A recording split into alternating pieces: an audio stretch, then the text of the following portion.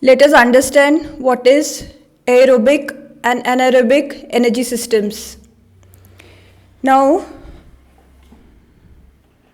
consider a man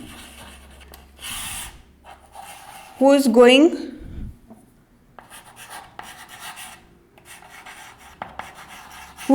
walking.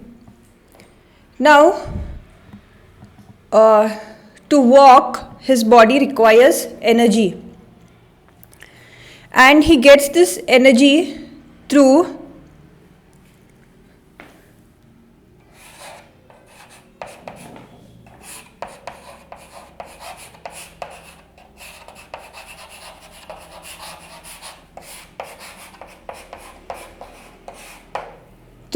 breathing in continuously. So his body is taking in air, that is, it uses oxygen together with food. Now food, that is dietary sources, that is the food that we consume, or it is body fat. So fat is nothing but stored form of energy. So he gets his energy for walking, to perform that exercise through breathing in continuously air using oxygen together with food to produce energy, which is nothing but ATP. Now ATP is nothing but the energy currency of the body. So to do any activities like walking, jogging, any day-to-day activities also at home, your body requires ATP. It uses ATP to do these activities. Now, this man,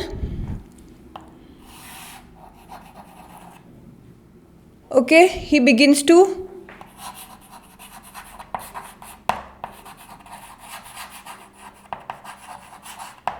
brisk walking. Now, when he starts increasing the speed of walking, when he starts brisk walking, his body requires more energy to do that activity.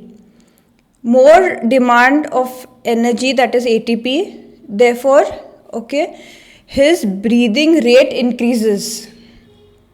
He tries to take in more air because more oxygen is required to produce energy. Now, this is just the major reactant and product that I have mentioned in this biochemical reaction. There are a lot of biochemical reactions that take place in the body continuously to produce energy. So with respect to this topic, I have only mentioned the major reactants and products. So the breathing rate increases. He begins to breathe heavily. Then after some time he starts jogging.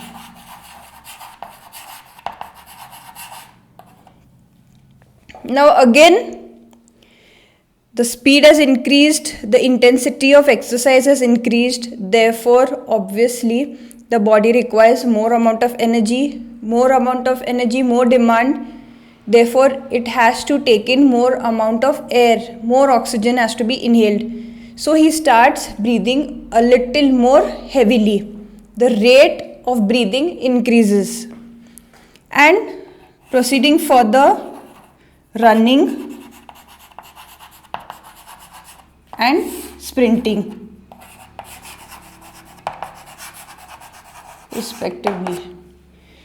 So as he begins to start running and sprinting, again the demand increases. The body requires a huge amount of energy to run and to sprint.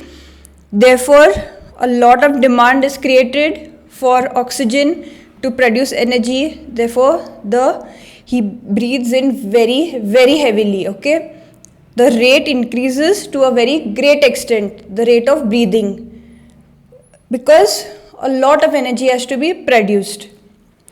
Now, if you have noticed, we all have experienced this. when we go walking, and as soon as we begin the speed, the intensity of walking, now this happens even in the gym, on the treadmill. As soon as you increase the speed of the treadmill, you will observe that you begin to breathe a little more heavily. You start breathing faster, the rate of your breathing increases, because the energy required to do that high intensity exercise, cardio exercise, is more.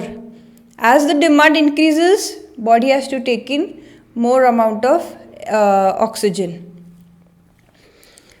Now it reaches a stage, the body reaches a stage that a huge amount of energy has to be created, and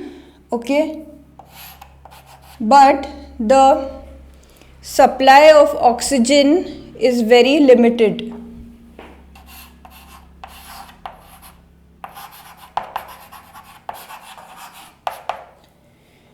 But the body has to produce a lot of energy. Now, in this situation, the body is left with no option but to shift to another zone, another energy pathway, and that is anaerobic energy pathway.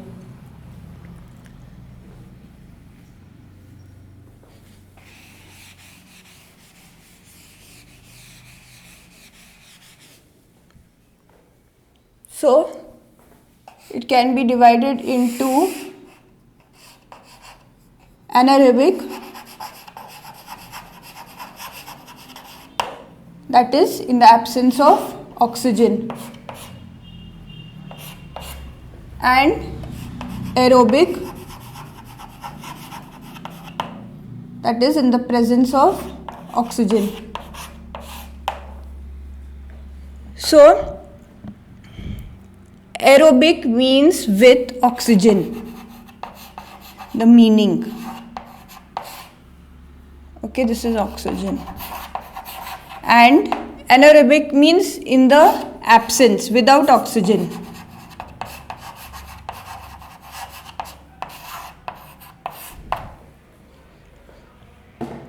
Now, in this stage, walking, brisk walking, jogging, running, it happens in the presence of oxygen, because the breathing is very comfortable. He is able to take in sufficient quantity of oxygen to produce that amount of energy.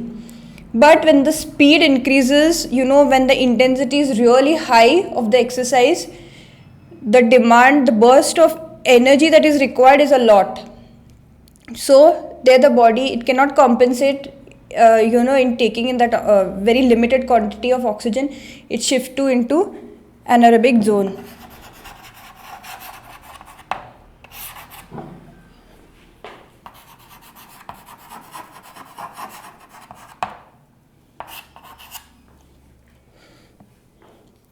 So there are many examples of aerobic exercises like walking, which I mentioned, brisk walking, jogging, running, hiking, then swimming, cycling, dancing. All this come under aerobic energy system. And anaerobic energy system, it's your heavy weight lifting, then it's sprinting, it's plyometrics, box jumping, and all of this high intensity exercises.